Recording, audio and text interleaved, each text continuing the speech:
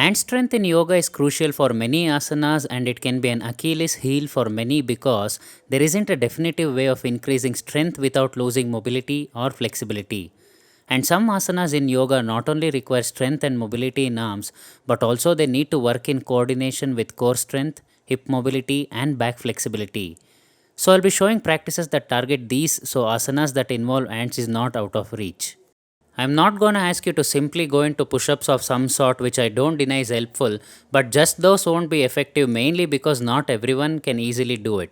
For the first practice, we'll go for a variation of Devi Asana where you squat with feet apart and rotate the upper body from right to left and left to right with hands extended.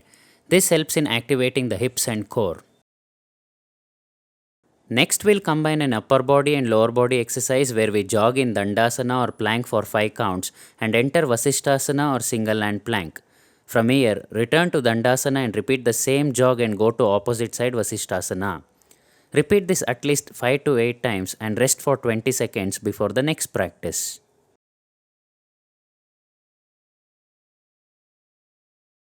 A similar practice with a slight change is half squat, jump back to Dandasana, enter into Vasishthasana on right hand followed by left and then return to Dandasana, jump forward to squat. Repeat these practices for 5 to 8 times too. For best results, try not to keep legs together in squat and you can also perform one arm plank with legs apart if keeping them together is difficult. To rest the arms a little and stretch the antagonists of the core and back muscles, the next practice will be in standing where you do a variation of Virabhadrasana or Warrior 3 from which you will pull the same leg you raised and bring it close to the chest as you suck in the belly. From here, return to Warrior 3. Perform each leg for 5 times and try to inhale while going to Warrior 3 and exhale as you bring the knee to the chest. The next practice is Ardha Purvattanasana or reverse tabletop pose where we simply raise our hips towards the sky with support of our hands and legs. This works on the core muscles and back and shoulder strengthening. Make sure to keep legs apart and inhale while you raise up, exhale while you come down.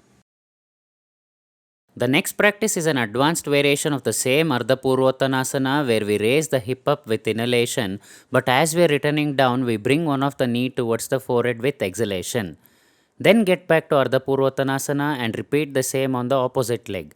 The goal here is to not keep the hip down in between and work the muscles of both upper and lower body.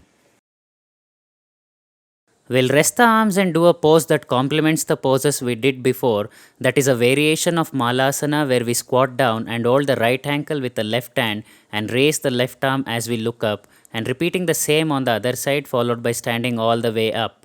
Most people neglect poses that work the hips and internal oblique muscles, which assists in performing the poses that we saw in the beginning of this video. So everything I'm showing here will most definitely work on your hand balancing poses.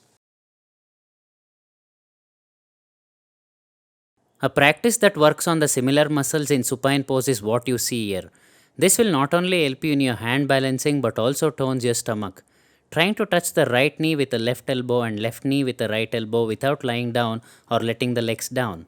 Make sure to breathe continuously and perform the practices up to 8 times and make sure you rest for 20 seconds after each of these practices.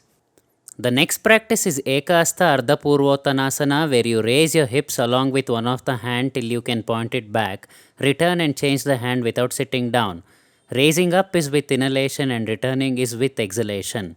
Unlike Ardha Purvottanasana, here we keep the fingers of the hand pointed back. Try not to change the angle of hips while you raise it up for best results. We often get so focused on improving our forward and backward bend that we don't pay enough attention to spinal twists that help in improving the flexibility of the spine. This specific practice takes care of that aspect, and what's more is that its dynamic nature helps you achieve postures like Ashtavakrasana and Kaundinyasana. In squat position, twist the upper body, place the hands down and jump to Dandasana. Try to keep your heels raised and the distance between the feet can be as per your convenience. The following practice is a traditional Ashtanga style Adho Svanasana to Chaturanga and Urdhva Svanasana cycles. This particular pose helps to make the spinal muscle supple and prepare one to have the breath control needed in advanced postures. Just like the other practices, do this for up to 8 rounds. The next practice looks complicated, but it's just a combination of the poses where you enter Padahastasana and walk backward to Parvatasana and then Dandasana, decline to prone position and perform Viparita Salabhasana. Perform everything backwards from here. These poses help improve your hand strength, mobility, and flexibility needed in the other parts I've been mentioning. Go slow and perform up to 8 times and keep a conscious breathing pattern.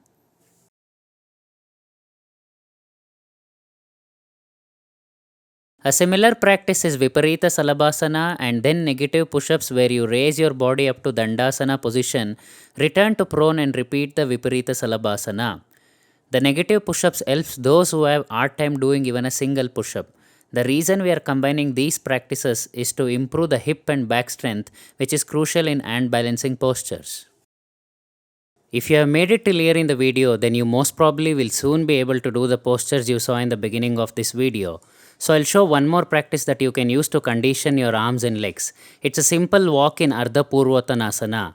If you know how to do Chakrasana, you may attempt this in Chakrasana as well. The making of this video took lot of effort and time because places like Lalbagh and Kabban Park don't allow video shoots but allow other illegal activities to take place. So hitting that subscribe button will be massively appreciated, and to my subscribers, thank you for your undying support. Shubhamastu.